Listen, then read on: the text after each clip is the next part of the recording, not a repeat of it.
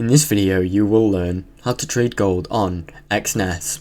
Log into your Exness account, go to the Exness website or app and sign in with your registered email and password. If you do not have an account, create one using your email.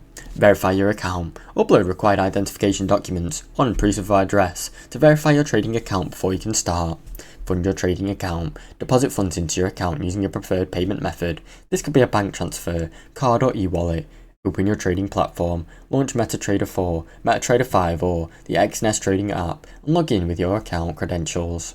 Search for XAU or USD in the trading platform. Locate XAU USD, which represents gold against the US dollar. Open the chart to analyze the price charts. Place your trade. Decide whether you want to buy or sell based on your market analysis. Enter your trading size and confirm your order. Then, monitor your gold positions in real time through the platform. Now you know how to trade gold on Exness. Thanks for watching. Don't forget to like and subscribe.